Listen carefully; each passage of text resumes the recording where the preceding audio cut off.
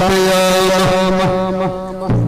धन्य तुकोबा समर्थ तेने केला हा पुरुषार्थ जळी दगडा सहित वया जैसा तारलेला लाया धन्य तुकोबा समर्थ तेने केला हा पुरुषार्थ मने रामेश्वर भट्ट दुजा मने रामेश्वर भट्ट दुजा तुका विष्णू नाही दुजा धन्य तुकोबा समर्थ जेने केला हा पुरुषार्थ विठ्ठला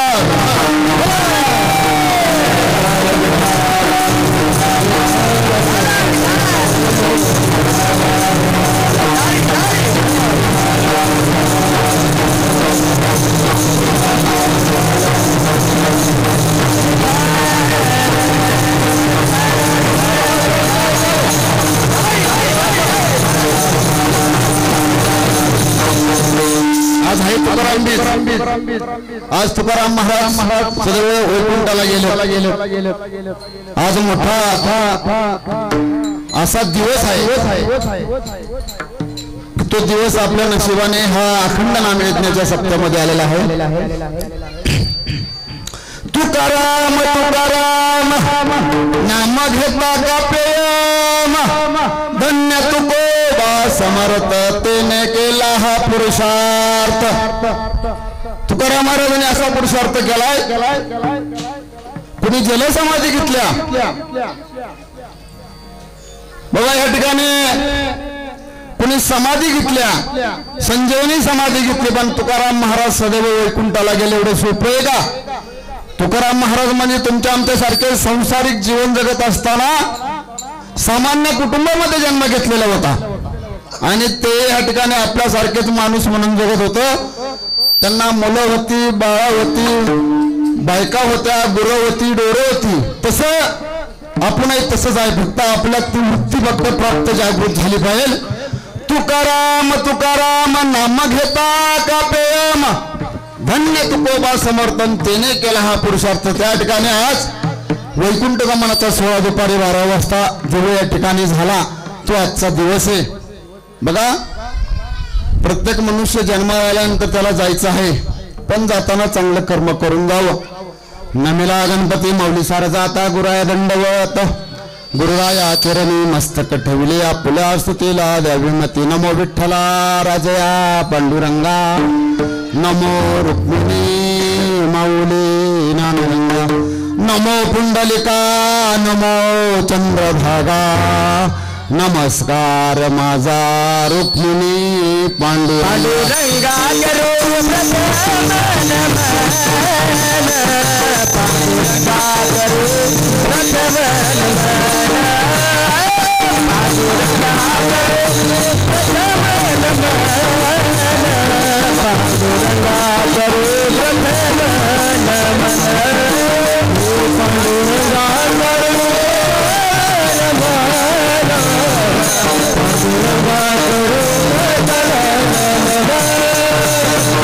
Panduranga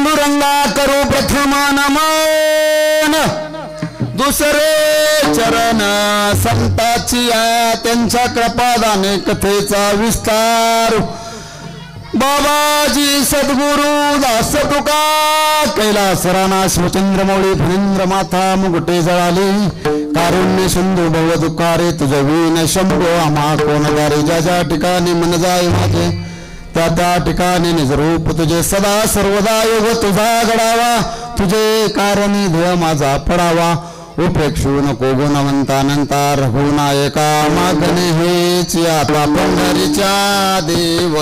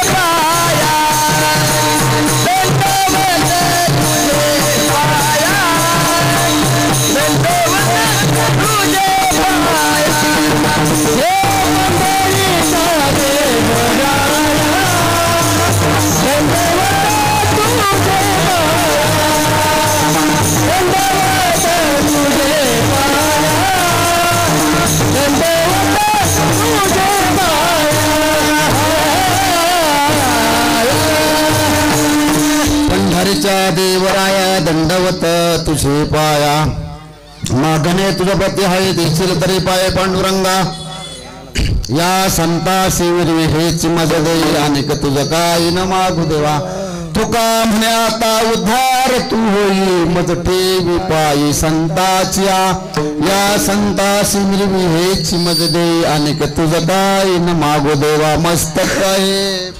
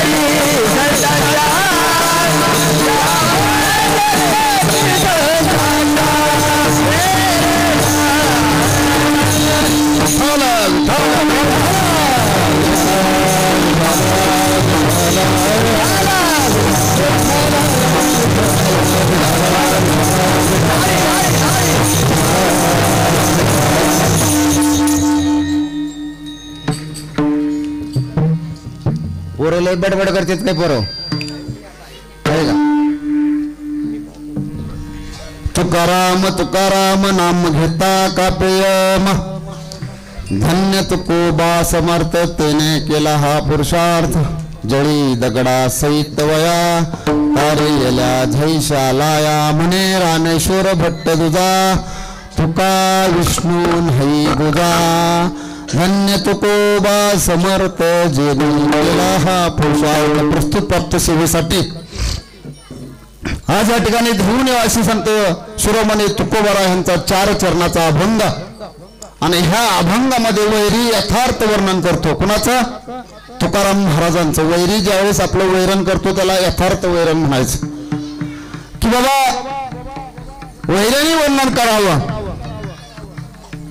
तर आज तुकाराम तुकाराम नाम घेता कापे म्हणले तुकाराम महाराज म्हणतात की नाम घेतलं की त्या ठिकाणी आम्हालाही सुद्धा कापावं लागतं धन्य तुकोबा समर्थ तेने केला हा पुरुषार्थ तुकाराम महाराजांनी म्हणले जेने केला हा पुरुषार्थ काय पुरुषार्थ केला तर आपण बघणार आहे की तुकाराम महाराजांनी काय पुरुषार्थ केला जळी दगडा सहित वया तारी यायला जैसा लाया म्हणले दगडाने बांधून टाकलेले ग्रंथ ज्यावेळेस इंद्रायणी बुडवले ते तरले म्हणले म्हणे रामेश्वर भट्ट तुझा तुका विष्णू आहे तुझा म्हणले रामेश्वर भट्ट त्यांचा वैरी आहे आणि तो पण म्हणतोय तुका विष्णू विष्णू म्हणजे भगवान परमात्म्याचा अवतार म्हणले ह्यांच्यामध्ये काही फरक नाहीये ते दोन्ही एकच आहे असं यथार्थ वर्णन ह्या अभंगामध्ये रामेश्वर भट्ट करतात हा अभंग रामेश्वर भट्टांचा आहे आणि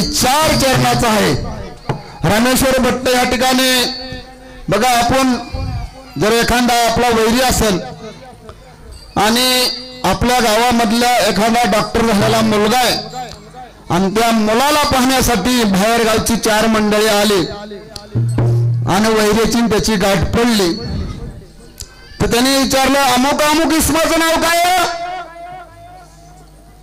त्यावेळेस तो म्हणतो ते आमचे वैरी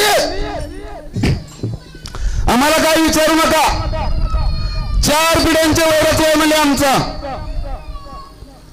ते म्हणले आम्हाला काय माहितीये आम्ही आमची मुलगी डॉक्टर झाली त्यांचा मुलगा डॉक्टर आहे म्हणून आम्ही त्यांच्याकडे स्थळ पाहण्यासाठी आलेले त्यांची चौकशी करण्यासाठी आलेले म्हणजे काही करण्यासाठी आला असला तर ते आमचे वैरी आहे ठीक आहे म्हणले चुकलं आमचं आम्हाला माहित नव्हतं म्हणले ते 4 पिढ्यांचे वैरी आहेत मागून म्हणले काय काम होतं वैरी म्हणायला लागले त्यावेळेस म्हणले काय काम नाही आमचं काय काम होतं म्हणले सांगा तर खरं म्हणले त्यांचा मुलगा डॉक्टर आहे आणि आमची मुलगी डॉक्टर आहे म्हणले त्यांच्या घरामध्ये आमची मुलगी द्यायची म्हणून चौकशीसाठी आलो ते म्हणले आमचे 4 पिढ्यांचं वैर जर असलं तरी म्हणले माणसं 1 नंबरची आहेत म्हणले पोरगा 1 नंबरचा आहे असं यथार्थ वैरण ज्यावेळेस वैरी आपलं करतो तसं यथार्थ वैरण तुकाराम महाराजांचं कोणी केलंय रामेश्वर भट्टांनी या ठिकाणी रामेश्वर शास्त्रीने केलं आहे या अभंगामध्ये थोडासा परिहार असा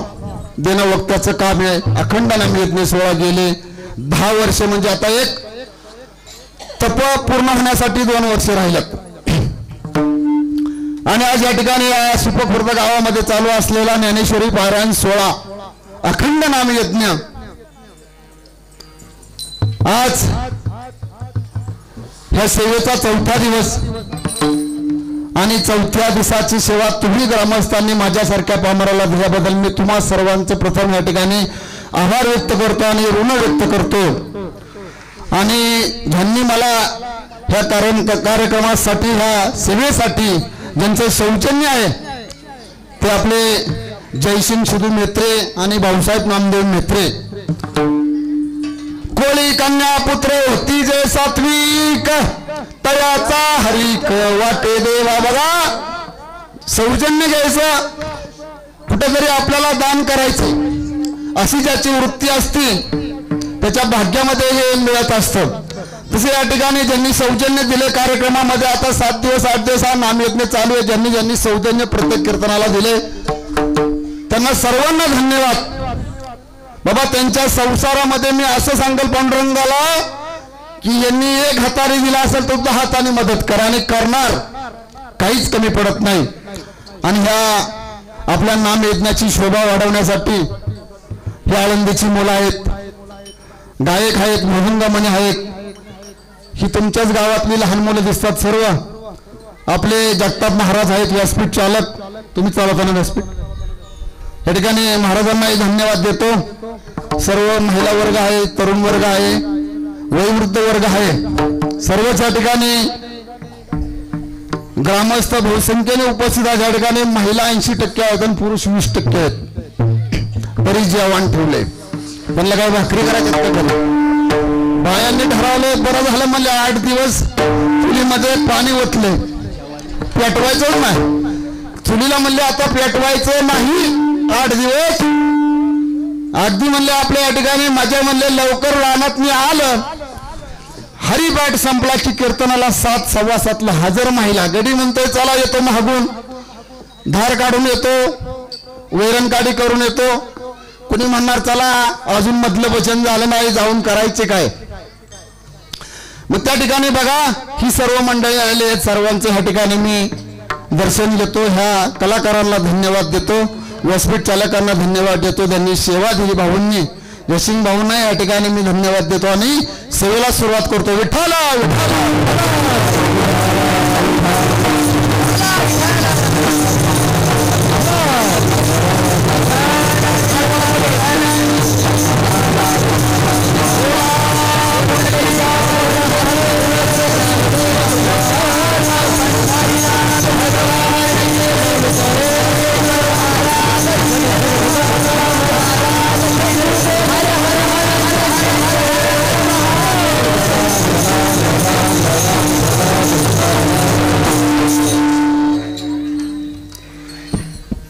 प्रत्येकाला जन्माला आल्याच्या नंतर मरण हे अटळ आहे.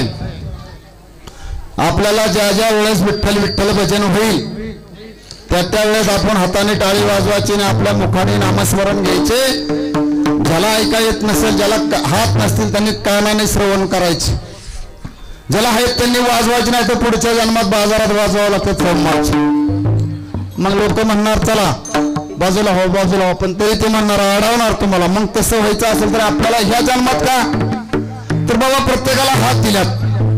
तुम्ही जर पंढरपूरला गेला, चंद्रभागेमध्ये स्नान केलं आणि बाहेर आला आणि गाठाला लागल्याच्या नंतर त्या ठिकाणी कुणाला हात नाही, कुणाला पाय नाहीत, कुणाला डोळे नाहीत.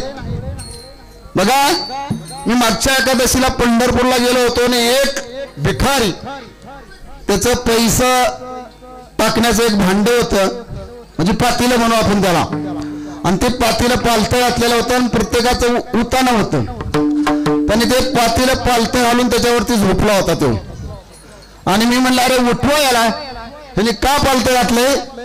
तो म्हणला महाराज तुम्ही टाकणार एक नाही तर 2 रुपये खान कोणी आवाज येणार, माझी झोप मोडणार, त्यासाठी मी दुपारचे 2 तास दुकान बंद करीत असतो.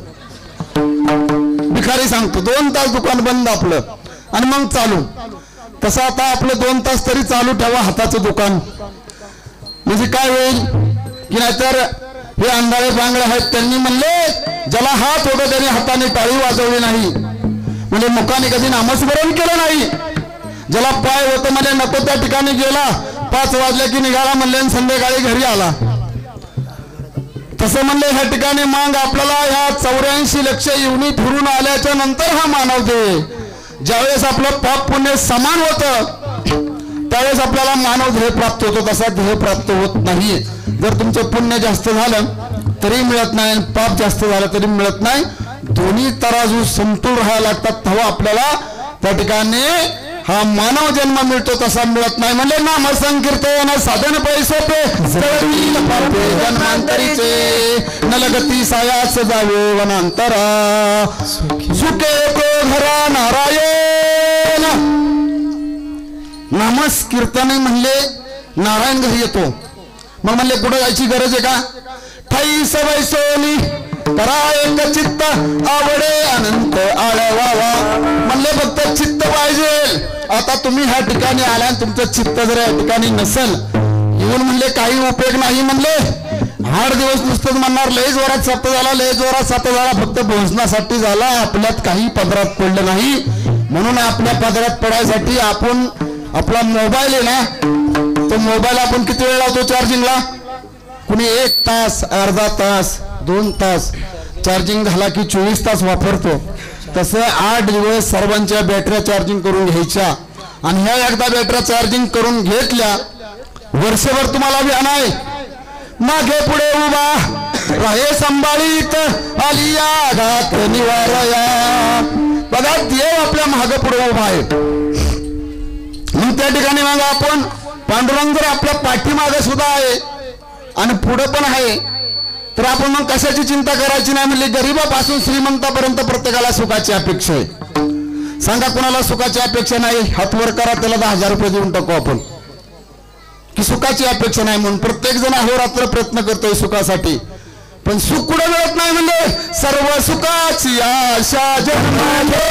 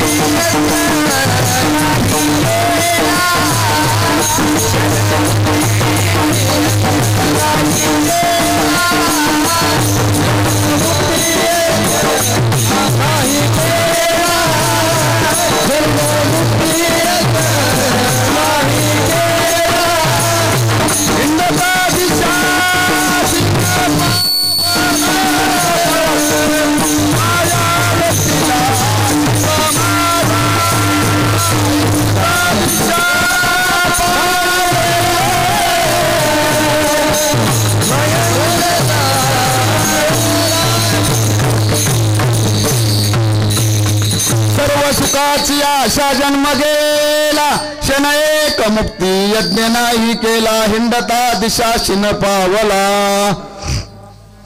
माया वेष्टला जीव महाजा अरे म्हणले संसारामध्ये प्रत्येक माणूस सुख मिळावं म्हणून अहोरात्र प्रयत्न करीत असतो बघा रात्रीची लाईट आली की आपला शेतकरी वर्ग आहे सर्वजण बारक्या पोराला पाण्यात टाकवायचं आणि मोटर चालू करायला जायचं तास 2 तास 4 तास पाणी धरायचं आणि घरी यायचं कशासाठी सुखासाठी मग त्या ठिकाणी म्हणले सुख कुठंच मिळत नाही म्हणले अरे म्हणले सुईच्या डोकावरचं एवढं बसणारं सुख नाही म्हणले त्याच्यासाठी प्रयत्न करतोय दुःखच प्राप्त होतंय मग माणूस पाडे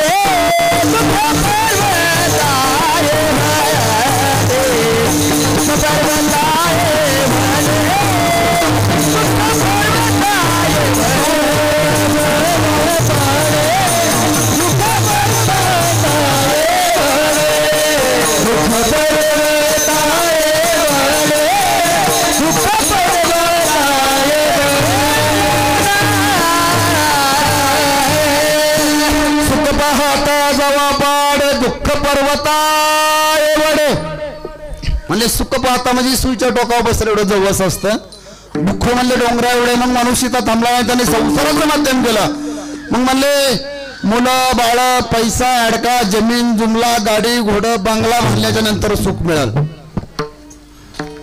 पण म्हणले कुठे सुख ना मिळे दुःख बांधवडी आया संसार सुखाचा विचार नाही कोटे संसार दुःख मूळ चौकडे इंगळ विश्रांती नाही कोटे रात्रंदिवस तळमळ रात्रंदिवस तळमळ चालल्या संसाराची माणूस लवकर उठतोय कामाला जातोय बाबा काहीतरी ह्या वर्षी करायचं म्हणून ठरवलं की घरातला एखादा माणूस आजारी पडले की त्याच्या दुप्पट पैसे दवाखान्याला जातात का नाही मावसाओ प्रत्येक जण दुःखात आहे म्हणतात बाबा चला मुलगा झाला सुख प्राप्त होईल मुलगा झाला म्हणजे मुलाला मुलगा झाला सुख प्राप्त होईल म्हणजे तो नातू मोठा झाला सुख प्राप्त होईल नातू मोठा झाला म्हणजे तो कुठेतरी नोकरीला चिकटला म्हणजे सुख प्राप्त होईल नातू नोकरीला लागला की म्हणजे त्याला कुठेतरी हाताचे 2 हाताचे 4 हात झाले की सुख प्राप्त होईल परत म्हणले त्याला कुठेतरी एखादं पुत्र मांजर झालं की मग म्हणले सुखी होईल पण सुखी कधीच झाला नाही पशुकाय पाप पुण्य जाणती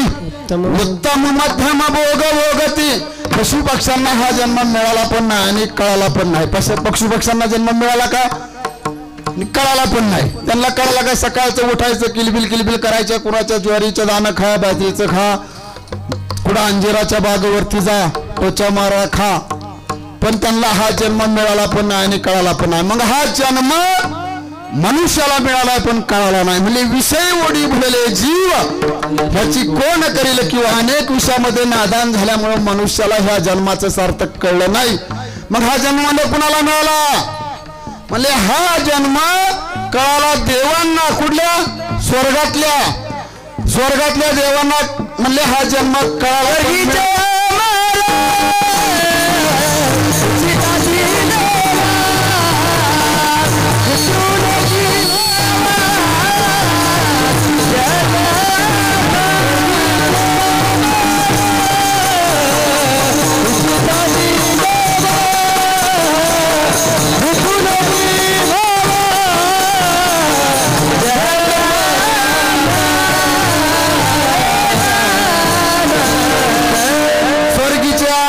इच्छिताची देव मृत्यूलोकी व्हावा जन्मा स्वर्गातले देव म्हणतात मृत्यू लोकांमध्ये आम्हाला जन्म मिळावा असं तर चांगलं असतं नकोय स्वर्गात काय म्हणले अरे मृत्यू लोकांमध्ये जे पाहिल ते मिळते फक्त आई वडील मिळत नाही म्हणले प्रत्येक गोष्ट मागा या ठिकाणी सगळी प्राप्त होती पण आई वडील मिळत नाहीत मग ते म्हणले हा जन्म कुणाला मिळाला आणि कळाला तर हा जन्म म्हणले संतांना मिळाला आणि कळाला अभंगाचं पहिलं चरण तुकाराम तुकाराम तुकाराम तुकाराम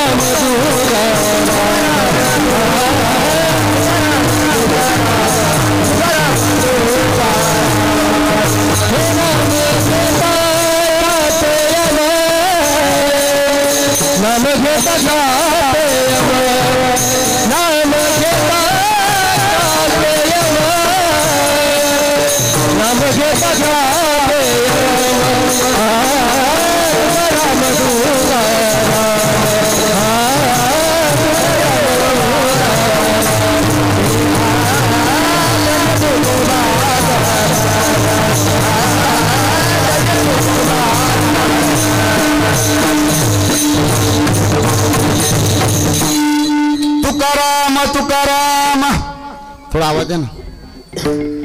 तुकाराम तुकाराम नाम घेता का पेयमा, धन्य तुकोबा समर्थ जेने केला हा पुरुषार्थ. अरे म्हणजे आज तुकाराम बीज आहे आणि त्या तुकाराम बीजाच्या निमित्ताने आपण आज ह्या ठिकाणी तुकाराम महाराजांचा ह्या ठिकाणी अभंग ह्या ठिकाणी लिहिलेला आहे रामेश्वर भट्टांनी. पण आज ह्या ठिकाणी तुकाराम बीज असल्यामुळं आज बघा सदैव वैकुंठाला गेले तुकाराम महाराज. तुकाराम महाराजांचा जन्म झाला होता 1608 साली आणि 1650 साली त्यांनी वैकुंठ गमन केले. वैकुंठ गमन म्हणजे प्रत्यक्षात विमान आलं न्यायला. आपल्याला नाही येणार पण त्यांना न्यायला आलं म्हणून ज्यांना न्यायला विमान आले आज त्यांचा हा वैकुंठ गमनाचा सोहळा धुळू या ठिकाणी पार पडला.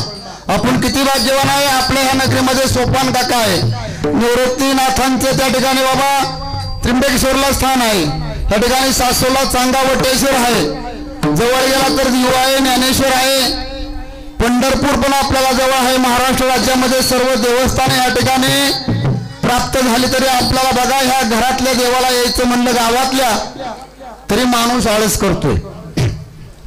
देवाला आला आंघोळ वगैरे करायचं, गण लावायचं आणि देवळात यायचं. आलं देवळात की डोळं झाकायचं. डोळं झाकलं की या बालसिद्धनाथाच्या मंदिरात आलं की त्याच्यावरती उंबरट्यावरती डोकं टेकवायचं, देवाकडे बघायचं नाही. आलं की बघा असं डोळं झाकलं चालले परत. अशा वाऱ्या किती झाल्या रोज. देव म्हणला अरे कधी मला आला बघितलं का, डोळे भरून या पाहिल तुझे मुख हेच माझ सुख देई देवा. बघा डोळे भरून जेव्हा त्याचा तुम्ही मुख पाहताल, एखादं लहान बाळ असू द्या आणि ते एवढं गोजीरवाना असलं की माणूस त्याला उचलून घेता आणि मटा मटा मटा मोकं घेतं त्याच. आता एखादी महिला बघा तिला काही लागत असलं आणि शेजारणीकडे जायचं आणि शेजारणीचं बाळ 1-1.5 वर्षाचा असावा आणि त्याने नाकातल्या पार शिंगोड बिंगोड पार ढिरीपर्यंत आलेला असावा, पार त्याने सगळं हातपाय भरवलेलं माती खाल्लेली असावा आणि तिने हाका मारवला बने तायडे. अगं लोकांना पोरं होईना आणि तुम्हाला झालं तर म्हणले किती बाळाचं बार हाल चालल्यात म्हणले. माती खाल्ली माती आणि त्याच्या नाकात शिंगूड आल्याच्या नंतर ती त्याला कडव घेते आणि घरात येते. बसा की म्हणते चहा करते, चहा नको नको म्हणते तरी म्हणते बसा. चहा ठेवलाय, चहा ठेवला की तिला जे काय लागते, काय एखादी वस्तू दूध लागत असेल किंवा चहा पावडर लागत असेल नाही म्हणणारच नाही का. तर लेकरूवाळ्या बाळाला जवळ घेतल्यानंतर तिला सुद्धा माया उत्पन्न होती दुसऱ्याच्या विषयी का, तर तोंडा वाटून वाणी चांगली बोलायला लागली.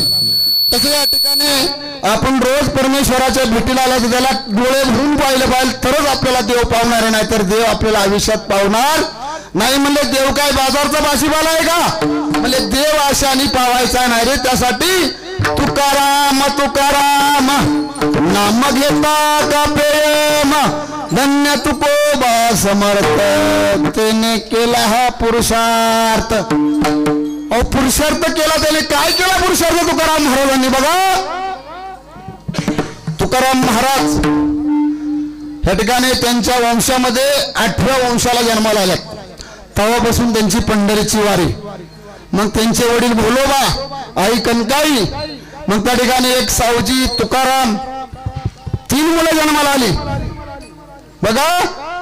3 मुलं जन्माला आल्याच्या नंतर लहानपणातलं आयुष्य चांगलं असतं. त्यावेळी त्यांचा वाहनाचा व्यवसाय होता तुकाराम महाराजांचा आणि रोज त्या ठिकाणी वाहनाचा व्यवसाय असल्यामुळे घरातील मुलांना सगळा आनंदी आनंद.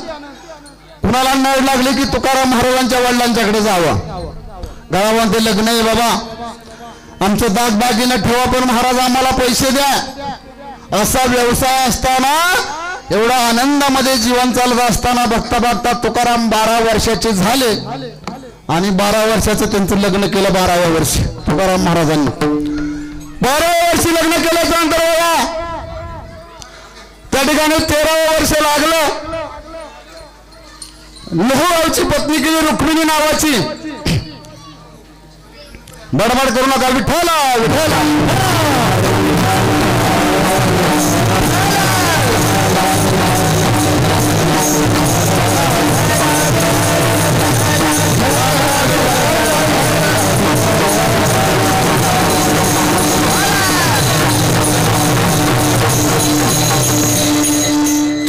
महाराजांचं 12व्या वर्षी लग्न झालं. लोहगावची त्यांना पहिली बायको केली, तिचं नाव रुक्मा होतं आणि तिला दम्याचा रोग होता.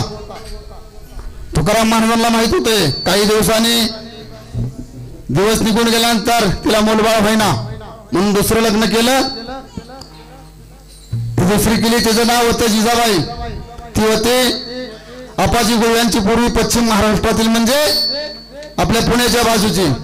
आणि मग ती केल्याच्या नंतर बघा मोठा बाप तिचा 36,000 एकर ऊस, एवढी मोठी संपत्ती होती त्या ठिकाणी तुकाराम महाराजांच्या सासऱ्याचे. आणि जिजाबाईचं लग्न झाल्यानंतर यांच्या घरी मोठी वाहनाचा व्यवसाय होता. पण पुढे तुकाराम महाराजांचे वडील वारले, आई वारली. आई वारल्याच्या नंतर थोरली पत्नी वारली आणि त्या ठिकाणी असं दिवस खराब यायला लागल्याच्या नंतर बघा दिवाळा निघाला त्या ठिकाणी तुकाराम महाराजांचं. आणि 17व्या वर्षी त्या ठिकाणी दुष्काळ पडला आणि दुष्काळ पडल्यानंतर गुरढोरांना अन्न मिळाला, पाणी मिळाला. आज आपल्याकडे परिस्थिती तीच आहे. काय महाराज, आज गुरांचं हाल किती चाललं, पाणी नाही. मी मगाशी आल्या विचारलं म्हणलं या ठिकाणी, बाबा तुमची परिस्थिती काय आहे पाण्याची? ते म्हणले कशाचं पाणी आलं, अर्धा तास पाणी म्हणले बोरला, इरीतनी काढा, इरीत टाकायचं आणि इरीतनी म्हणले शेततळ्यात टाकायचं. म्हणजे ही परिस्थिती आपल्या पुरंदर तालुक्यावरती सगळ्यांच्या वरती आहे. आता प्रत्येकाच्या घरी 4-4, 5-5 गायी आहेत आणि व्यवसाय चांगला शेतकऱ्याला पूरक झाला होता. पण सरकार असं डामीच मध्ये 38-40 रुपयाने दूध जाणार, ती परत आलं 25 रुपयावरती. आणि त्यात दुष्काळ. मग मका घ्यायला गेलं की 4,000 रुपये पांड, 3,500 रुपये पांड, दुधाचे पण तेवढे पैसे होईनात. मग असा दुष्काळ पडल्याच्या नंतर प्रत्येकाच्या पुढे गंभीर प्रश्न उभा राहतो. तसा तुकाराम महाराजांच्या पुढे गंभीर प्रश्न उभा राहिला. मला लोकांच्याकडे उधार आहेत त्या मिळानात, लोकांना बळजुबरी करावं तर लोकांची लहान लहान लेकरं उपाशी मरतात. म्हणला कशी उधारी मागावा, म्हणून त्यांनी त्याग केला संसाराचा. संसाराच्या नावे घालोनिया शून्य वाढता पुण्य धर्म केला. तुकाराम महाराजांनी संसाराच्या नावावरती शून्य घातला आणि घातल्याच्या नंतर म्हणले आता संसारामध्ये राहायचं नाही म्हणून भंडारा डोंगरावरती जायला लागले, भामगिरी डोंगरावरती जायला लागले, घोरडे डोंगरावरती जायला लागले आणि तिकडे जाऊन नामस्मरण करायला लागले. पांडुरंग हरी जय जय पांडुरंग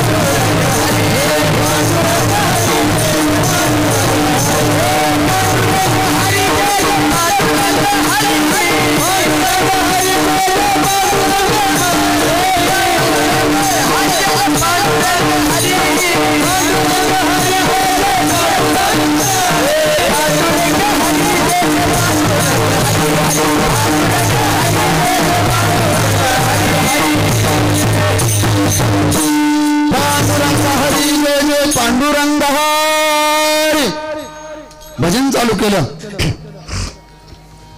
आणि भजन चालू केल्याच्या नंतर बघा भामगिरी डोंगरावरती भजन करत असताना सर्प यायला लागले, विषारी गळ्यामध्ये वेखा घालून बसायचे, विंचू यायला लागले, अंगावरती खेळायला लागले. तुकारामला भान नाही त्याचं. आपण विंचू पाहिला तर आता एखादा विंचू नाही गेला तर सगळी सायरा वैरा पळत्याल. या ठिकाणी एखादा सर्प दिसला तर कुणी थांबणार आहे का, कुणी कुणाला तुडविल, काय करेल. पण ते सर्प त्यांच्या अंगावरती खेळायला लागले, वाघ यायला लागले, डरकाळी बोडायला लागले त्या ठिकाणी. अरे त्या डोंगरावरती गेल्यानंतर सर्व जंगल आहे. का गेले तिथं? दुष्काळ पडला, आई वडील मेले त्या ठिकाणी, म्हणले पत्नी मेली, भाऊ वारला, सर्व म्हणजे दिवाळी निघाल्यानंतर तुकाराम महाराज त्या ठिकाणी रात्रंदिवस नामस्मरण करायला लागले. आणि नामस्मरण करता करता 15 दिवसामध्ये त्यांना चमत्कार झाला, साक्षात भगवंताचा चमत्कार झाला. आणि घरी आले. घरी आल्याच्या नंतर परत भंडारा डोंगरावरती जायचं. तिथेही नामचिंतन करायचं. बोलू नका. नामचिंतन करत असताना बघा रोज पांडुरंगाचं नामस्मरण करायचं. आणि पांडुरंगाचं नामस्मरण करता करता बाबाजी आपुले सांगितले नाम मंत्र दिला राम कृष्ण हरी. सत्य गुरुडाय कृपा मज केली परी नाही घडली सेवा काय. अरे बाबाजी सारखा गुरु मिळाला आणि त्यांनी मंत्र दिला राम कृष्ण हरी विठ्ठल केशव मंत्र हा जपावा सर्व काळ. आणि त्या मंत्राचा जप चालू केला आणि जप चालू करा की रोज डोंगरावरती जायचं विठ्ठल विठ्ठल विठ्ठल पांडुरंगाशिवाय दुसरं काही नाही. बघा सकाळी उठले सकाळच्या पहारात उठायचे. चौथ्या पहारामध्ये 4 पहार आहेत बघा. आता कोणता पहार चाललाय 7 ते 9 म्हणले पहिला पहार सबजन जागे सर्व आपण जागे. आता आपलं कीर्तन 7 ते 9 ह्या पहारात चालले. दुसरा पहार म्हणले 9 ते 12 म्हणले भोगी जागे. आणि 12 ते 3 तस्कर जागे म्हणले चोर लोक जागे असतात 12 ते 3. आणि 3 ते 6 हा पार साधू संताचा आहे म्हणले. आणि मग साधू संत बघा सकाळी पूर्वी लोक सांगायची लवकर उठा पाट उठायचं म्हणले. दारामध्ये झाडून घ्यायचं साफसफाई करायची सडा सारवण करायचं आणि पाट देवदेवता स्वर्गातनी आपल्या दर्शनाला येतात. ज्याच्या घराचा दरवाजा उघडा असेल त्याच्या घरामध्ये लक्ष्मी शिरते आणि ज्याच्या घराचा दरवाजा बंद असेल ते तिथूनच निघून जाते. आणि ज्याच्या घरामध्ये नामचिंतन चालतंय साफसफाई त्या घरामध्ये लक्ष्मी नांदत असते. बघा आपल्या कुटुंबामध्ये प्रत्येकाच्या घरामध्ये अडचणी भरपूर आहेत. आता या कलियुगामध्ये भाऊ भावा संघ बोला ना वैरत्व तयार झाले. एका आईने 4 मुलांना जन्म दिला 6 लेकींना जन्म दिला 10 मुलांना जन्म देणारे आईबाप आपले किती काबाड कष्ट करत असतील. पण आज अशी अधोगती झाली की त्या ठिकाणी कुणाचंच कुणासंग भाषण व्हायना. पूर्वी सासू अशी होती रगील. अरे 9 वारी साडी नेसलेली सासू पाहिली की सून अशी नुसती सळसळ कापायची. आणि आता सून पूर्ण आली की सासू कापत्या थरथरा. खरं कापते का नाही. पण मला एवढंच सांगायचे त्या सुनांना अरे सासू आपल्या आईसारखी. आपल्या पण घरी आपल्या भावाचं लग्न झालंय तिथं पण वहिनी आल्या ती पण आपली आई तिथं पण थरथर कापत असेल. मग आपण आपल्या आईला नुसतं आई म्हणायचं. आता निघाले पैसे आई. आमच्या शेजारी एक कुटुंब आहे आणि आई म्हणते ती सून त्यांना आणि 4-8 दिवसांनी म्हणले झाली ना दोघींची भांडणं. एवढी भांडणं झाली ती म्हणले अगं तुला काय लाजबीज वाटते का म्हणले. सासू म्हणली सुनाला म्हणले माझ्या पोराला खुशाला भांडी घासायला लावती धुणं धुवायला लावती. ती म्हणले मी काय करणार मी नोकरीला आहे मला लवकर उठून जावं लागतं. ती म्हणली अगं 9 महिने 9 दिवस पोटात गोळा वागवलाय. आई म्हणणारी सून त्या ठिकाणी म्हणले तुझा गोळा आहे तर आहे तिथं ठेव. बघा आता हे कसलं बोलणं झालं उचित.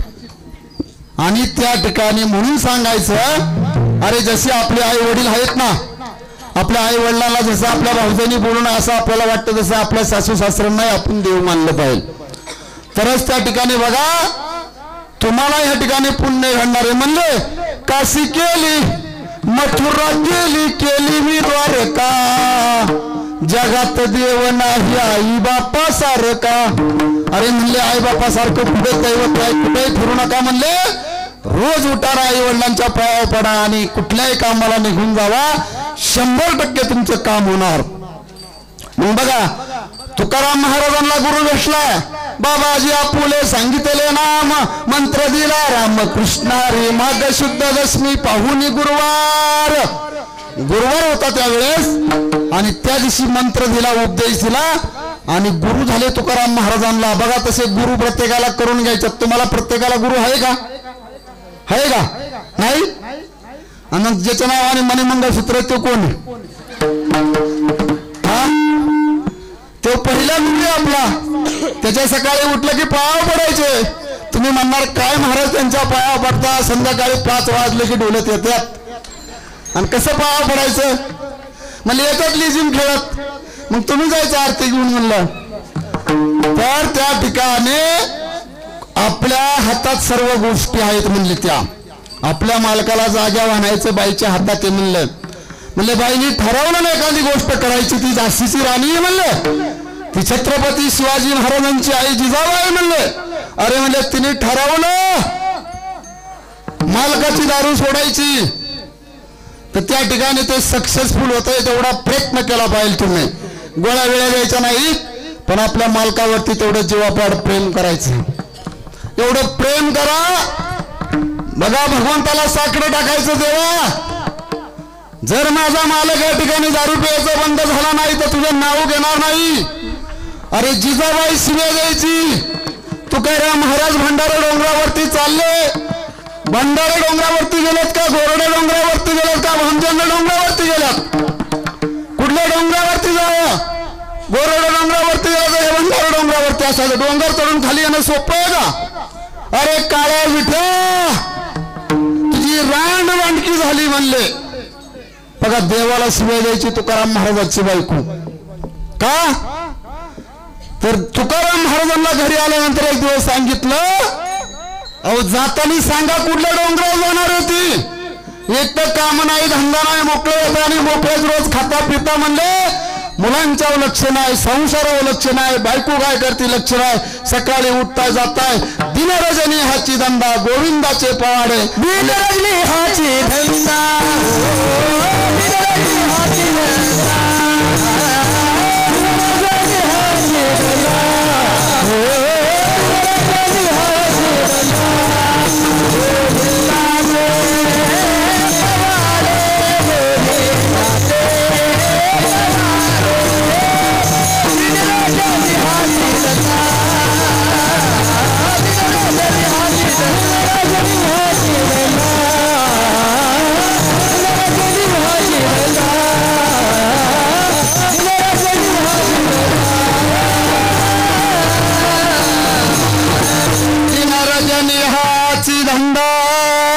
गोविंदाचे पवाडे.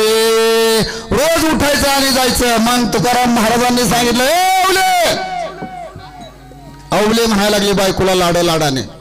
अवले 3 रस्ते उठतात म्हणले. एक भंडारा डोंगरावरती जातोय, एक भामचंद डोंगरावरती जातोय, एक घोरडे डोंगरावरती जातोय. आणि ज्या रस्त्याची माती हातात घ्यायची आणि ती माती विठ्ठल विठ्ठल म्हणून त्या रस्त्याने यायचं. धन्य तुकोबा समर्थ तिने केला हा पुरुषार्थ. बघा तुकाराम महाराजांनी या ठिकाणी म्हणले, तुकाराम तुकाराम नाम घेता का प्रिय मारे. नाम घेतलं तुकाराम महाराजांनी नुसतं, तर माती विठ्ठल विठ्ठल बोलायला लागले. मग आपली तर म्हणली तोंड तोंड माती म्हणते विठ्ठल विठ्ठल. जनाबायाच्या म्हणले गौऱ्या म्हणायच्या विठ्ठल विठ्ठल. त्यावेळेस बघा काशीवरनं एक पंडित आला जनाबाईची ख्याती ऐकली. म्हणजे जनाबाईला देव दळू लागतो, म्हणजे देव दळू लागतो म्हणून काशीवरनं एक ब्राह्मणाला ख्याती ऐकण्यासाठी. तर जनाबाई भांडत होती. 4 महिला गोळा झाल्या आणि त्या गौऱ्या गोळा केलेल्या भांडणं लागली. आणि भांडणं लागल्याच्या नंतर जनाबाई त्या ठिकाणी भांडत असताना हाक मारली, ओ म्हणले महाराज आमची भांडणं मिटवा. म्हणले तुम्ही कोण? म्हणले मी जनाबाई. आणि ह्या गावातल्या आमच्या महिलात म्हणले मी गौऱ्या थापती रोज. माझा एवढा ढिगारा लागला. आणि म्हणले ते म्हणतात माझ्या गौऱ्यात. त्या महापंडिताला वाटलं म्हणले मी चूक केली, जनाबाईचं नाव ऐकून आलोय आणि जनाबाईच भांडणं करते. मग ती म्हणले माझ्या गौऱ्या निवडून द्या. म्हणले कशा तुमच्या गौऱ्या निवडून द्यायच्या? म्हणले एक गौरी उचला कानाला लावा, ज्या गौरीतने विठ्ठल विठ्ठल आवाज येईल ती गौरी माझी आहे. म्हणले काय बोलताय? आणि मग त्या ठिकाणी एक गौरी उचलली, आवाज येईना, फेकून दिली. दुसरी उचलली, आवाज येईना, फेकून दिली. तिसरी उचलली, आवाजाला विठ्ठल विठ्ठल. बघा जनाबाई एक दासी होती. आणि दासी जनाबाई असताना दिंडी निघाली वारीला. आई नव्हती. 10-12 वर्षाची जनाबाई आपल्या बापाला म्हणली लोक कुठं निघालात म्हणून वडिलांनी सांगितलं दिंडीला निघालात पंढरपूरला पांडुरंगाला भेटायला. म्हणले कसा असतो पांडुरंग? म्हणले आपणच चला. आणि त्या ठिकाणी गेल्याच्या नंतर पांडुरंगाला मिठी मारली जनाबाईनी. आणि तिला झोप लागली. मग तिथल्या भिडवे लोकांनी तिला बाजूला काढलं आणि बापाला म्हणले मला आता काय माघारी यायचं नाही, मी पंढरपुरातच राहणार आहे. बाप म्हणला अरे एवढी मोठी मुलगी आहे कशी सोडायची, म्हणली चांगल्या माणसाच्या हातामध्ये हात दिला पाहिजे. म्हणून त्या ठिकाणी नामदेव महाराजांच्या हातामध्ये हात दिला आणि नामदेव महाराज म्हणले मी हिचा सांभाळ करतो. आणि नामदेव महाराजांनी आपल्या घरी नेले. नामदेव महाराजांचं 14 त्या ठिकाणी 14 माणसाचं कुटुंब होतं. ही 15वी जनाबाई. आणि मग जनाबाईला रोज त्या ठिकाणी काम लागायचं, जात्यावरती दळण दळायचं, पहाटे 3 वाजता उठायचं. आताच्या वयांना काम तर काहीच नाही, नुसतं पोरग सांभाळायचं तरी पण त्रास होतोय म्हणले. तरी पण मालक घरी आला तरी ते म्हणते अगं पाणी तरी दे. आता परिस्थिती खरोखर आहे ती. मग पाणी नाही दिलं की भांडणं होतात. मग ते म्हणते तुम्ही आली मी चालले माझ्या बापाच्या घरी. एवढं म्हणले की विषय संपतोय का. पण जनाबाईच्या ठिकाणी रोज जात्यावरती दळण दळायची, पहाटे 3ला उठायची. आणि 3ला उठल्याच्या नंतर त्या ठिकाणी दळण दळायचं. सकाळी 5 वाजता सकाळी चूल पेटवायची, पाणी तापवायचं. सगळ्यांच्या आंघोळ झालं की स्वयंपाक करायचा. स्वयंपाक झालं की जेवण झाले की 10-11 वाजता जनाबाईंनी म्हणावं चला मंदिरात जाऊ देवाला भेटून येऊ. लगेच सासूने हाक मारायची. नामदेव महाराजांच्या पत्नीने जना अगं कुठं चालली म्हणले. आता म्हणले स्वयंपाक झाला, जेवण झाले, म्हणले आता धुणं धुयचे. मग धुणं धुवायचं त्या ठिकाणी. आणि मग संध्याकाळी झोपायचं. आणि सकाळी 3 वाजल्या तर देवच भेटणे. मग सणाबाई म्हणते सुंदर माझे जाते ग फिराते होते का.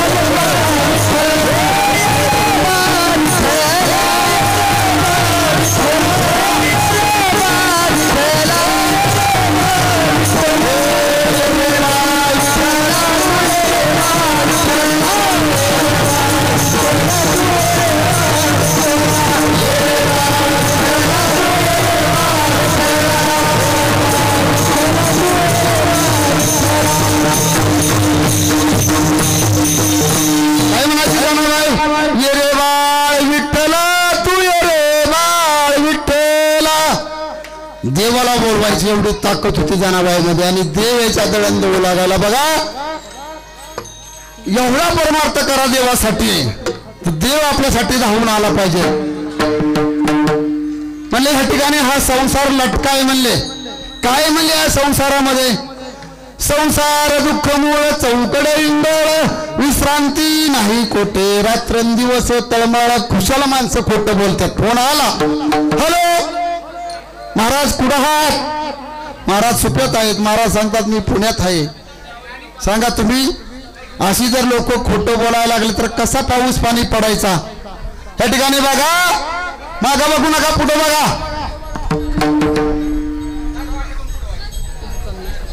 सगळ्यांनी इकडं बघा. माग माणसं येतात, जागा नाही, पुढे सरवायचं. सरा पुढे व्हायचं. महिलांनी जागा नाही म्हणून कालवा कालवा चालली. इकडे जागा भरपूर आहे. विठाला विठाला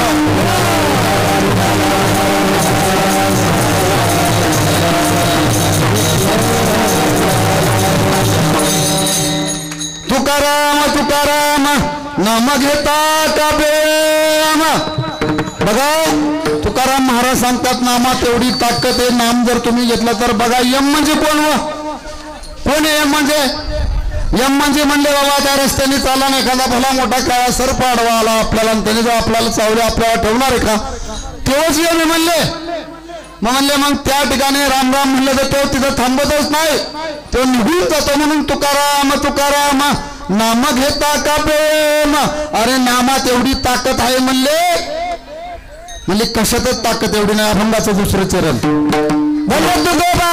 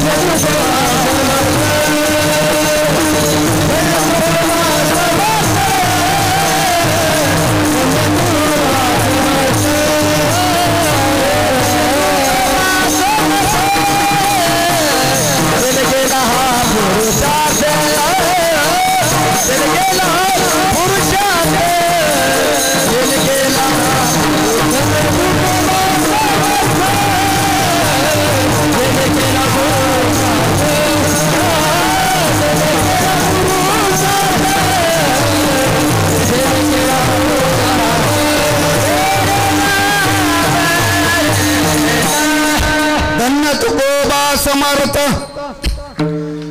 जेने केला हा पुरुषार्थ. काय पुरुषार्थ केला तुकाराम महाराजांनी? आज वैकुंठाला जायचं सोपं काम आहे का? आज बघा, आपण जर ह्या ठिकाणी आपला देह ठेवला तर आपल्याला कोण नेते का? आपला देह कुत्री खातात का मांजरे खातात? कोण बघायला या ठिकाणी? कोणीच बघायला नाही. बघा, मी एक तुम्हाला प्रश्न विचारतो की एका गलासामध्ये आपण काचेच्या गलासामध्ये असं गढूळ पाणी घेतलेले आणि ते गढूळ पाणी घेऊन तो ग्लास टेबलावरती ठेवला आणि टेबलावरती ठेवल्यानंतर त्या गलासातलं गढूळ पाणी बाहेर काढायचे. त्या गलासाला स्पर्शही करायचा नाही. तर पाणी बाहेर काढायचं कसं सांगा तुम्ही? काचेचा गलास, त्यामध्ये पाणी ठेवले आपण अर्धा ग्लास भरून गढूळ आणि ते तर पाणी आपल्याला बाजूला काढायचं, हात लावायचा नाही. पाणी ते बाहेर काढायचे. कसं काढायचं होय महाराज? ग्लास फोडायचा, हात लावायला लागतोय ना. हात नाही लावायचा त्या ठिकाणी, मग ग्लास फोडणार कसं काय तुम्ही? खडी टाकायचे असं लांबून नाही. त्या ठिकाणी अशी बाटली घेतली पाण्याची मी आता आणि असा ग्लास मांडलाय खाली. हात लावतोय का? इथून पाणी सोडल्यात त्या ग्लासामध्ये गढूळ पाणी ग्लास भरला की असं उपसाळून ते पाणी निघून जाणार आहे. तुकाराम महाराज म्हणतात, धन्य तुकोबा समर्थ तेने केला हा पुरुषार्थ. म्हणजे ते गढूळ पाणी काढण्यासाठी तुम्हाला तुकाराम महाराजाच्या सारखं नामस्मरण करावं लागेल. नामस्मरणाशिवाय तुमच्या शरीरामध्ये झालेलं गढूळ पाणी आहे ना, काम क्रोध मद मत्सर, प्रत्येकाच्या ठिकाणी विकार आहेत.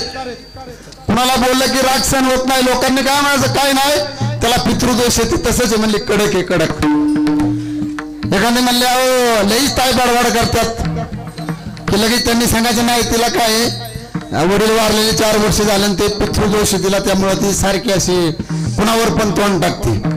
मग असले दोष काढायचे असेल तर तुकाराम महाराज म्हणतात ते कुठल्या देवऋषाने निघत नाहीत, ते नामानेच निघतात. म्हणले त्या ठिकाणी जसं गलासामध्ये गढूळ पाणी झाला, हात लावला नाही आपण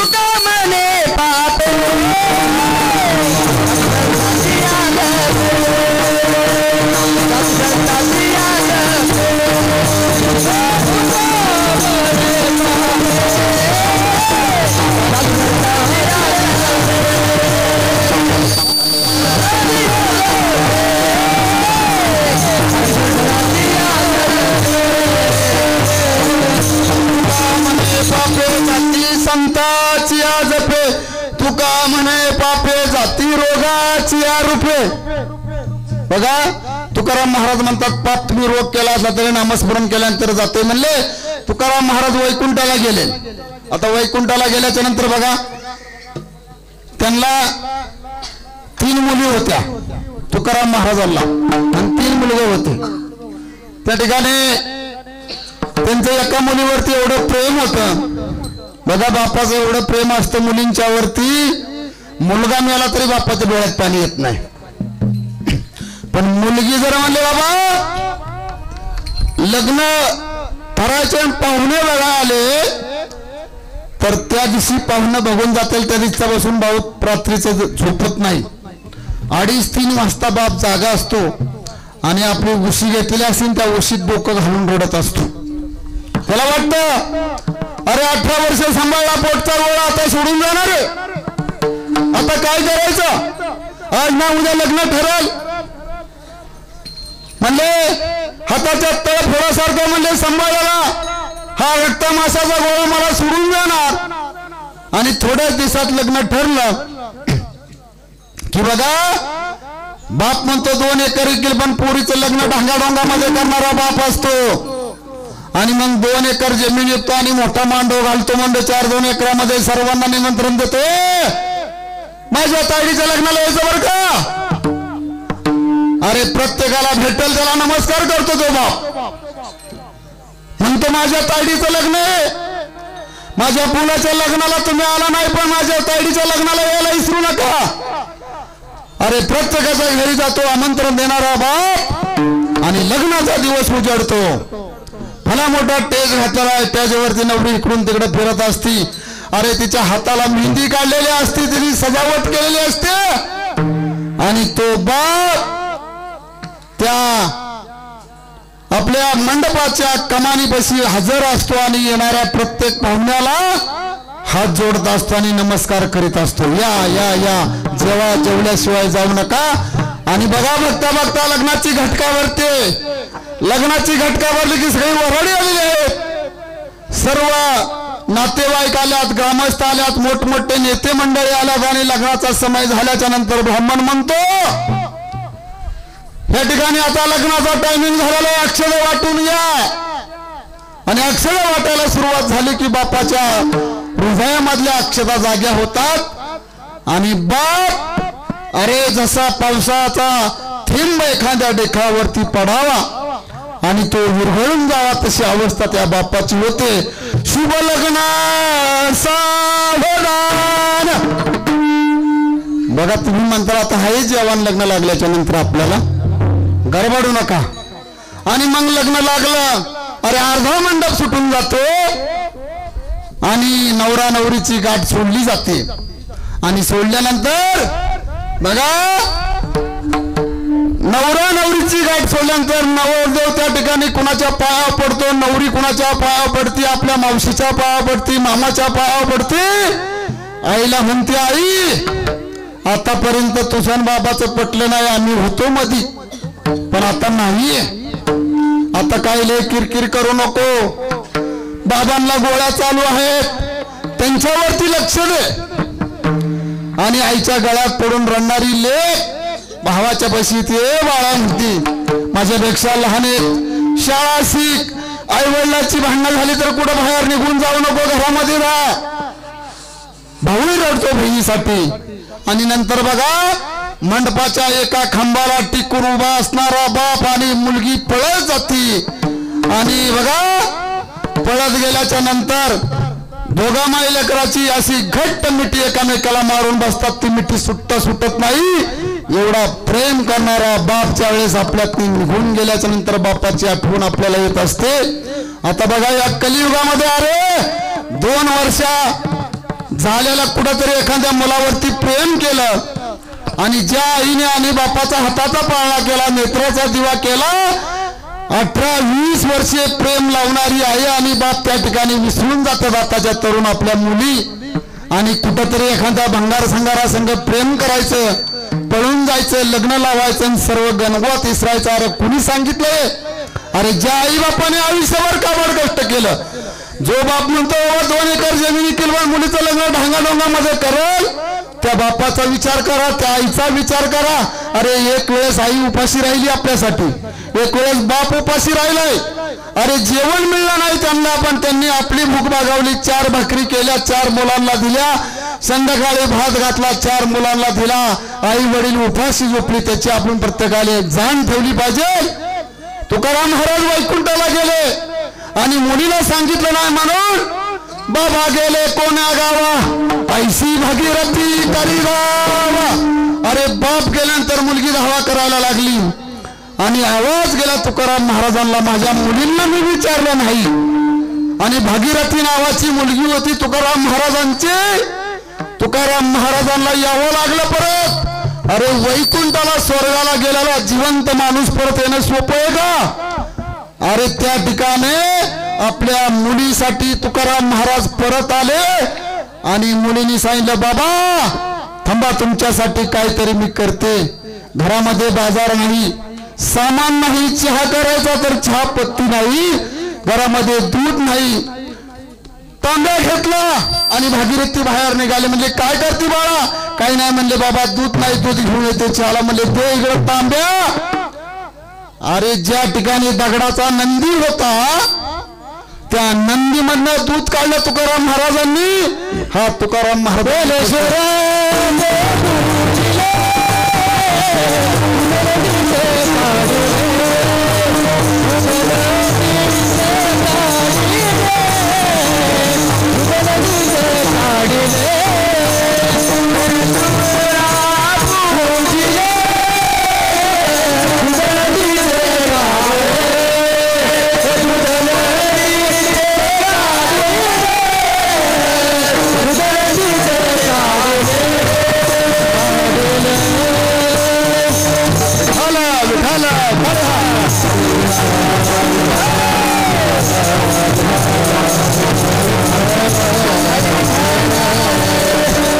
आपली वेळ आता थोडीच राहिली, 20 मिनिटं राहिल्यात आपल्याला, 2 चरण राहिल्यात. तर या ठिकाणी रोज आपलं नाम यज्ञ चालू आहे, त्यामुळं नित्यने आम्हाला जास्त महत्व आहे. बाबा 7ला कीर्तन सुरू झालं तर 9ला संपावं. लागलाच एखादा तास उशीर तरी चालतोय ना. हो आजीबाई म्हणतात चालतं, तुझी आवड आहे त्यांना. बघा तुकाराम महाराज आपल्या मुलीसाठी या ठिकाणी आले. मी सांगत होतो बापाचं प्रेम किती असतं. म्हणजे स्वर्गात गेलेला बाप जर त्या मुलीसाठी येत असेल तर किती प्रेम असेल. अरे निळोबारायासाठी पण त्या ठिकाणी तुकाराम महाराज आले. त्या ठिकाणी तुकाराचा धावा करत असताना देव आला भेटायला. त्यावेळेस देवाला तुका त्या ठिकाणी निळोबाराय काय म्हणतात, तुझं येते कोणी बोलविले नाही. म्हणजे तुला या ठिकाणी कोणी बोलवले नाही, पार्थला वाचून आरस का. तू इथं कशासाठी आला म्हणजे तुला आम्ही बोलवलंच नाही. अरे देव आला तरी निळोबराय संतांनी त्याला पाठीमागे लावला, माघारी लावला. म्हणला तुला ह्या ठिकाणी मी बोलवलंच नाही, तू आला काय, माझं तुझ्याशी कामच नाही, माझं ज्याच्याशी काम आहे त्यालाच भेटायचे. मग 42 दिवसांनी त्या ठिकाणी तुकाराम महाराज निळोबारायांना भेटण्यासाठी आले. बघा ज्यांनी ह्या ठिकाणी निळोबारायांनी ग्रंथ तयार केले ते ग्रंथ लिहिण्याचं काम गंगाडी तेल्याने त्या ठिकाणी केलं. त्याच्या स्वप्नामध्ये त्या ठिकाणी आले. बघा तुकाराम महाराजांनी हा या ठिकाणी पुरुषार्थ केला. अभंगाचं 3रं चरण म्हणा. जय दगडा सहित वया, जय दगडा सहित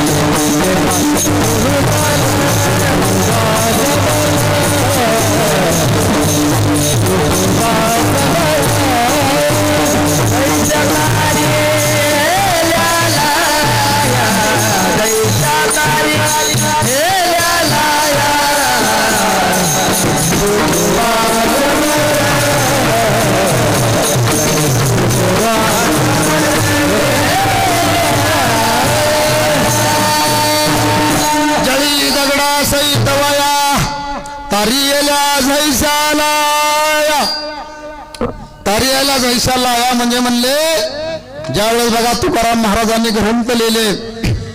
बघा प्रत्येक आता पण या ठिकाणी वैरी तयार आहेत, प्रत्येकाला दिसत नाही पण तयार असतात. प्रत्येकाला वैरी आहे, प्रत्येकाच्या पाठीमागे काळ लागलेला आहे, पण कळत नाही. म्हणले आता मैत्री करणं खरी झाली नाही, म्हणले दुश्मनगिरी झाली. म्हणले त्यावेळेस तुकाराम महाराजांनी ग्रंथ लिहिले. ज्ञानेश्वरीची संस्कृती भागवत त्या ठिकाणी वाचून काढला आणि लोकांना ज्ञान द्यायला तयार केले. गावोगावी जाऊन कीर्तन करू लागले. त्या ठिकाणी लोकांना ज्ञान द्यायला लागल्यानंतर अंबाजी नावाचा एक त्यांचा टाळकरी होता आणि तो रामशास्त्रींचा चेला होता बघा. गावामध्ये काही मंडळी अशी असतात निंदा करणारी, त्यांची बी 10-5 गावामध्ये असे चमचे असतात, ते एकमेकाची चाड करतात त्या ठिकाणी. तसं या ठिकाणी हा बंबाजी नावाचा तुकाराम महाराजांची चाड करायचा. आणि चाड करत असताना त्या ठिकाणी तुकाराम महाराज कीर्तन करायला लागल्याच्या नंतर त्यांनी जाऊन सांगितलं रामशास्त्रीला, वाघुली या ठिकाणी अरे म्हणजे हा तुका म्हणले आंबोले म्हणले लय गर्दी व्हायला लागली तुकाराम महाराजांच्या कीर्तनाला. म्हणले त्या ठिकाणी तो वेद पुराण म्हणले वेदांचा अर्थ तुकारामाला सांगायचा काय अधिकार आहे. निरोप दिला, पत्र पाठवलं, तुकाराम महाराज तुम्ही आज संध्याकाळपर्यंत तुमचा ग्रंथ घेऊन या ठिकाणी वाघुलीला यावं आणि ह्या ठिकाणी कीर्तन करावं. त्या ठिकाणी कीर्तन केलं तुकाराम महाराजांनी आणि ते सण झालं नाही. त्यांनी सांगितलं त्या रामशास्त्रीने म्हणे रामेश्वर भट्ट तुझा तुका विष्णू नाही तुझा. नंतर बघा सांगितलं की हा जे ग्रंथ लिहिला त्याला दगडी बांधा आणि ते इंद्रायणीच्या ढोळामध्ये बुडवा. त्या ठिकाणी तुकाराम महाराजांना दुःख झालं. म्हणले अरे इतक्या दिवस म्हणले हे ग्रंथ लिहिले आणि हे ग्रंथ आज इंद्रायणीच्या ढोळामध्ये बुडवा. ते 4092 अभंग तुकाराम महाराजांनी लिहिले त्या ठिकाणी 4092. आणि हा घाता त्या ठिकाणी इंद्रायणीच्या ढोळात बुडवायला तुकाराम महाराज आले आणि आल्यानंतर बघा दगडी मांडल्या आणि मग समाज गोळा झालेला आहे. सर्व काही निंदा करणारा समाज आहे. अरे म्हणले काय तुकाराम, निंदा करणारा समाज म्हणतोय दगडी बांधल्या ग्रंथ लिहिले म्हणले. अरे म्हणले ना संसार ना देव म्हणले तुका दोन्हीकडे चोर. घरी पण नाही म्हणले संसारामध्ये, देव पण मिळला नाही म्हणले. चोर झाला चोर. तुकाराम हसायला लागली लोक. निंदकाच्या तोंडी साबणाची वडी देहाची पासोडी त्यापासून केले कर्मा झाले त्याची भोगाले. उपजले मेले ऐसे किती कर्मे श्रीराम वनवासा गेला कर्मे दशरथ योग मेला क्षय पावला रावण योग घडला सीतादेवी. अरे कर्माने रामाला भोगावा लागला. कैकनी सांगितलं अरे भरताला गादी पाहिजे आणि रामाला वनवास पाहिजे. तुला कळलं नाही आपल्या भरताचं भावावरती किती प्रेम आहे. बघा ते जर कळलं असतं तर रामायण घडलं नसतं, रामाला वनवास भोगावा लागला नसता. देवकीला कृष्ण देव आहे हे जर कळलं नसतं तर त्यांनी गणपतीला नवस केला नसता की माझा मुलगा लोकांना खोड्या करतोय त्याच्या खोड्या थांबाव्यात म्हणून नवस केला चतुर्थीला गणपतीला. आणि गणपती बाप्पाने नवस तो ऐकला नाही. भगवान श्रीकृष्ण 1 महिना एकाची खोडी केली नाही. आईला वाटलं मुलगा जागेवरती आला, यशोदेला वाटलं कृष्ण. आणि त्याचा नवस फेडण्यासाठी हराभर मोदक केले, लाडू केले आणि त्या ठिकाणी गणपतीला मांडा आणल्याच्या नंतर धूप आरती घरात राहिली. म्हणून म्हणले बाळा कृष्ण होता 2 वर्षाचा आणि आई गेली धूप आरती आणाय घरात. तर ह्यानी ते अख्खे लाडू गणपतीला म्हणले तू बघत राहा मी काय करतोय ते. त्याचा बाप होता ते. अख्खे लाडू खाल्ले. आई आली म्हणले का रे कृष्णा लाडू कोणी खाल्ले. आई म्हणले गणपतीने खाल्ले.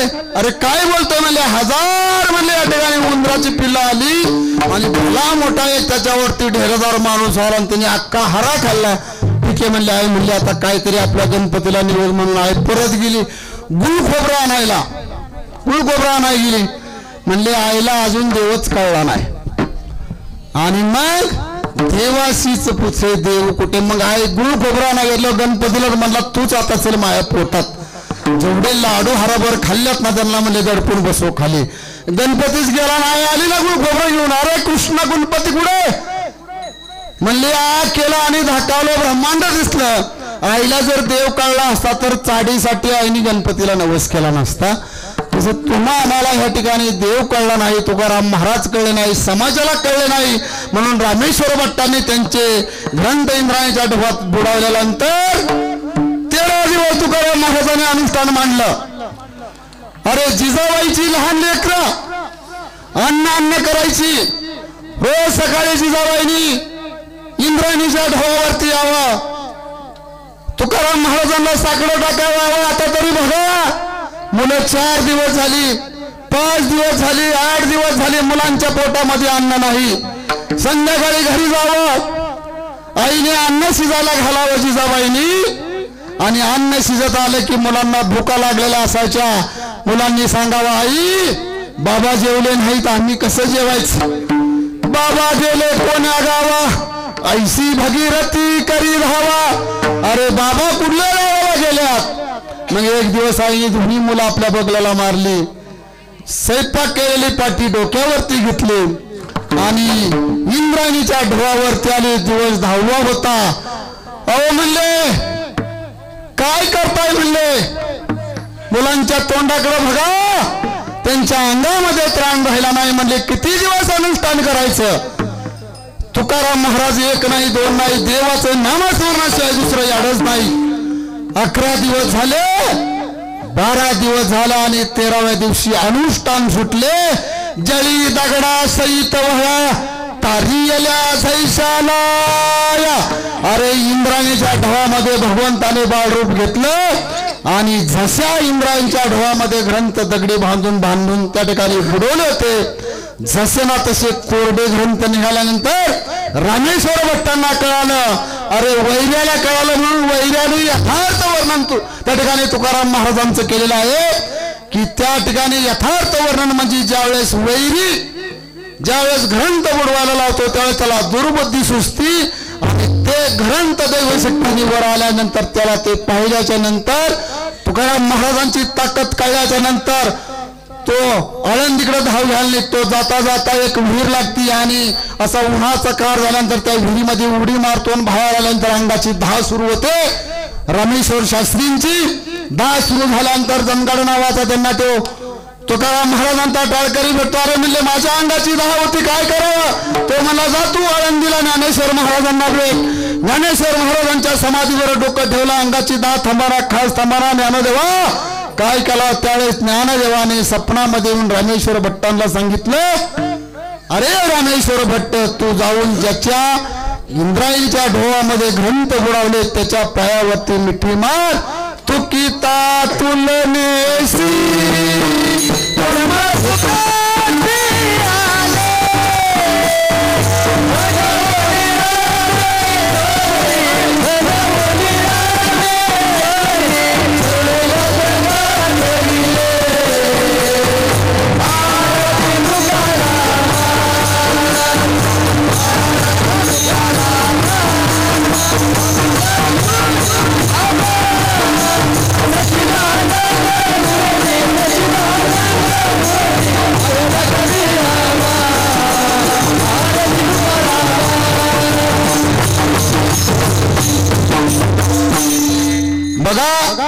ज्या वैर्याने ग्रंथ बुडवायला लावले तोच वैरी त्या ठिकाणी आला आणि तुकाराम महाराजांना ज्यावेळेस ज्ञानेश्वर महाराजांचे त्याला अनुष्ठान झालं की बाबा तुकारामाचं पायदर तुकिता तुलनेसी ब्रह्म तुकाशी आले मनोनी रामेश्वरी चरणी मस्तक ठेविले. तुकाराम महाराजांच्या पायावरती मस्तक ठेवा लागलं.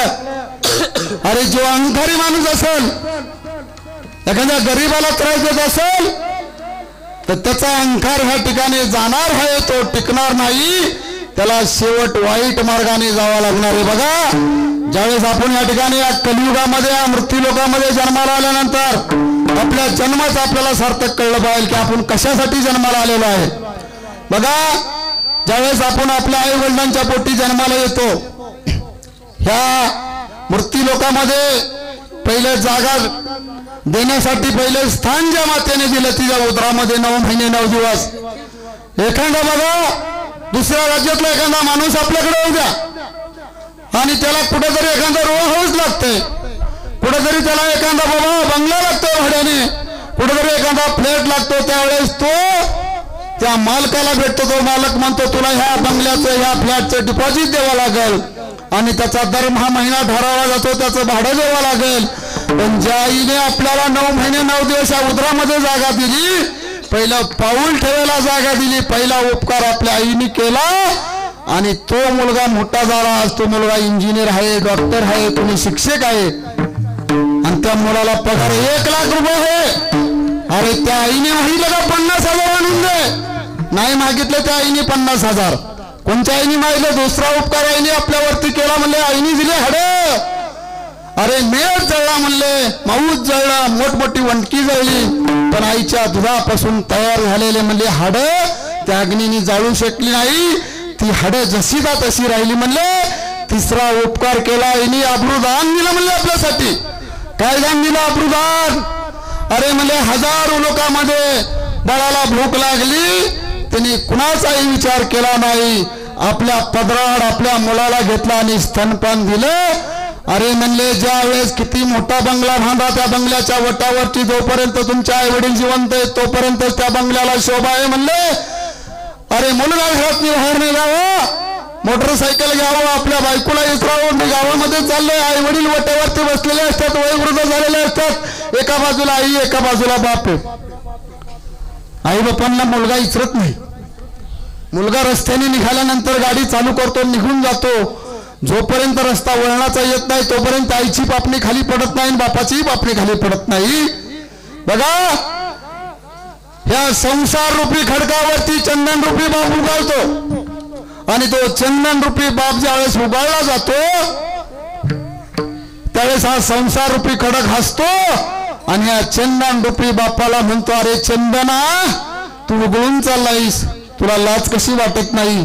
पण हा चंदनासारखा बाप त्या खडका रूपी संसार रूपी खडकाला म्हणतो, अरे मी जरी उगळलो पण ज्याच्या ज्याच्या कपाळावरती चंदन गंगा म्हणून शीतलता थंडाई देतो तोच मला आनंद. आणि या संसार रूपी निरंजन मध्ये जाणारी आई तुमची माझी आई म्हणजे ती वात म्हणजे आई आहे.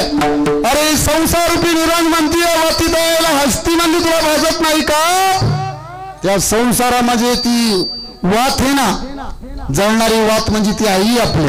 ती म्हणते मला जरी किती भाजले चटकं बसले पण माझ्या प्रकाशामध्ये हे सर्व जग आनंदात राहते. बघा आई वडील किती म्हातारे होऊन जात, बघा त्यांच्या मुखामध्ये दात नाहीत, मजनाय हटपाय टोळा पडली आझापड, कर्णये बधीर झाले वाचा बोले ओबड, नाक मुख गळू लागले लावानी शेंबूड, सोना पडी गती झाली अवघी करती हडहाड. कुत्र्यासारखी अवस्था होती आई वडिलांची शेवट. मुलांना आठवण राहिली नाही, ज्यांनी जास्ती संपत्ती कमवून ठेवली ना मुलांना, त्या मुलांना काहीच आठवण नाही बाबा ही संपत्ती कुठून आलेली आहे, कशी कमावलेली आहे, त्यांना काहीच काय त्या संपत्तीचं कळत नाही.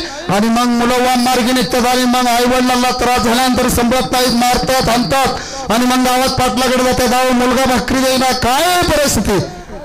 आई म्हणती अरे लहानाचा मोठा केला बाप मेला, त्याला मोठा केला, गाया घेतल्या, कोंबड्या पाळल्या, शेळ्या पाळल्या आणि लग्न केलं, मोठं घरदार झालं. आणि आईच्या गळ्यातली काळी पोत असताना सुनच ऐकून तो मुलगा ती तोडून घेऊन आईच्या कंबाट्यातला त्या घातल्या, हाकलून दिल्या होता. आणि आई ग्रामपंचायत मध्ये येते आणि मला न्याय द्या म्हणते.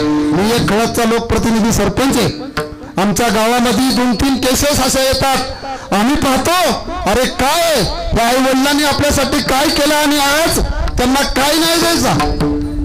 ह्या ठिकाणी आपल्या आई वडिलांवरती आपण लक्ष दिलं पाहिजे.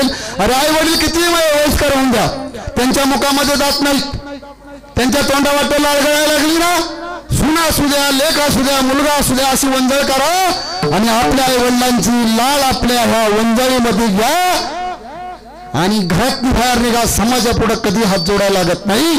या हाताचं एवढं महत्व आहे. सकाळी उठलं की म्हणलं जातं कराग्रे वसते लक्ष्मी, कर मध्ये तू सरस्वती, कर मुले तू गोविंदा, प्रभाते कर दर्शना. हातामध्ये 3 देवे. सकाळी उठा आणि प्रात्यक्षिक त्याचं तुम्ही प्रयत्न करा.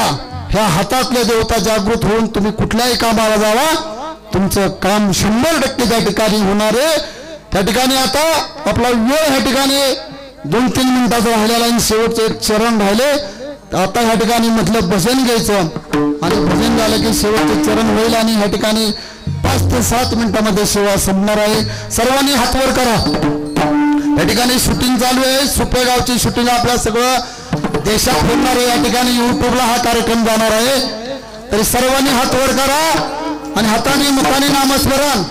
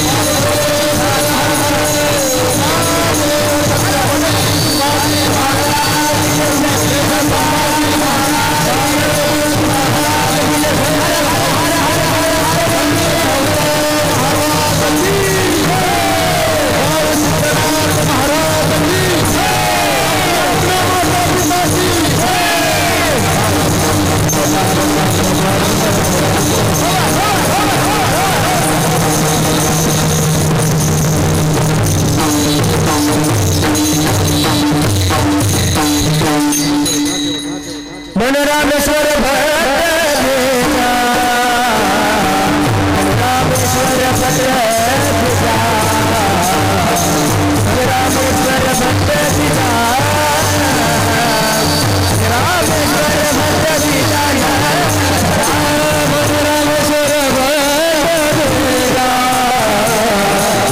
रामेश्वर भट्ट रामेश्वर भट्ट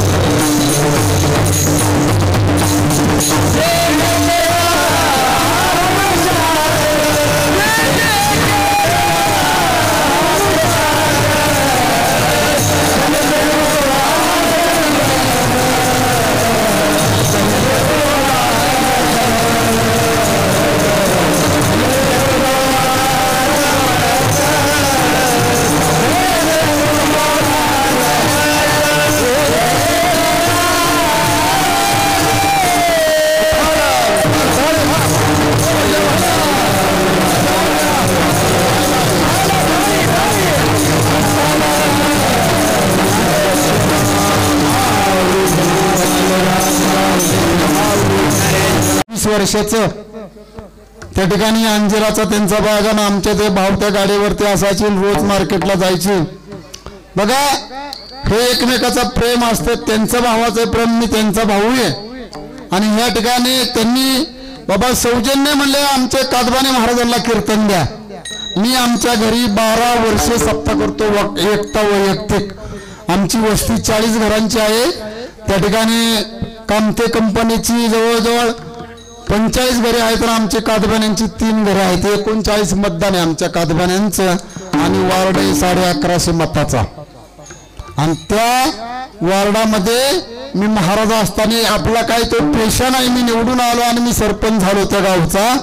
म्हणून तुम्हाला उदाहरण सांगितलं की आताच्या कलियुगामध्ये आई वडील काय आपल्यासाठी केलं आणि तेच आई वडील काहीतरी न्याय मागायसाठी गावातल्या पोलीस पाटलाकडे जातात, तंटामुक्ती अध्यक्षाकडे जातात, सरपंचाकडे जातात. तर हा न्याय सरपंचही देऊ शकत नाही आणि कोणी पाटीलही देऊ शकत नाही. हा न्याय फक्त ती त्या आईची मुलं देऊ शकतात. ज्यांनी ज्यांनी आपल्या आईबापांनी चांगलं सांभाळलंय ना, आपल्याला मोठं केलं, त्यांच्यावरती लक्ष ठेवा. आई 80 वर्षाची झाली, कुठंतरी बाबा एखादा शब्द तिला ऐकू येत नाही म्हणून आपण ओरडतो म्हातारे ग तुला ऐकू येत नाही. आणि तिने किती आपलं ऐकलंय. अरे जेवाय बसली आणि तुम्ही लहान असताना शेजारी घाण केली, तिने खाते हाताने उठली तुमची घाण धुवून काढली, तिला घोणा आली नाही ना कधी. मग ती आई आता म्हातारी झाली, मग तिचा आई थोडासा विचार करा. संध्याकाळी आईपाशी 1 तास बसा, बापापाशी 1 तास बसा, नुसतं बसा. जेवण झालं की आपल्या मंडळी म्हणा आईला ताट देऊन शेजारी जेवाई बसवा, तुमची आई 10 वर्ष जगणार. मी ह्या ठिकाणी ह्या धर्म मंडपामध्ये सांगतोय. तुम्ही निघून गेला तर महाग काय होते त्या आई वडिलांना माहिती नाही. त्यासाठी मुलगा बाहेर निघून गेला, घरी आईला चहा नाही 4 वाजता तरी सांगाय गेली तर दुसऱ्याशी परत तिला मग आणखीन मोठा डोस आहे. काल काय सांगितलं आज तर मिळतच नाही. हा प्रकार आपल्याला कळायचा नाही, कारण आपण मानव जन्माला आलेले आहे. आपल्याला सगळी ज्ञान आहे. हे ज्ञान आपण ह्या ठिकाणीच ह्याच जन्मात घालवायचे म्हणले ह्याच देही घडे देवाचे पूजन. म्हणून त्या ठिकाणी झालेली वेळ आपली ह्या ठिकाणी तुम्ही सर्व ग्रामस्थांनी मला ही सेवा दिली, त्याबद्दल तुम्हा सर्व ग्रामस्थांचं मी ह्या ठिकाणी आभार व्यक्त करतो. आणि या कीर्तनालयाला माझ्या आया बहिणी आहेत सर्व. मी या ठिकाणी 1 वर्षापूर्वी वर्षश्रद्धाला आलतो का हो, त्या ठिकाणी वर्षश्रद्धाला एक कीर्तन केलं आणि ह्या गावामध्ये मला कीर्तन करण्याची सेवा मिळाली. मी सकाळी पारगावला प्रवचन केलं 10व्याचं, दुपारी सासवडला संजय जगताबाच्या आईचं वर्षश्राद्ध होतं, रात्री मांजवडीत कीर्तन केलं. आता इथं कीर्तन करून उद्या माझं पानवडीला कीर्तन, परवा दिवशी मला 2 कार्यक्रम मांजवडी आणि मिळून जाईल. बघा या ठिकाणी माझा घसा बसला, पण मी परमेश्वराला म्हणलं तुझी ताकद असेल तर या ठिकाणी जाव.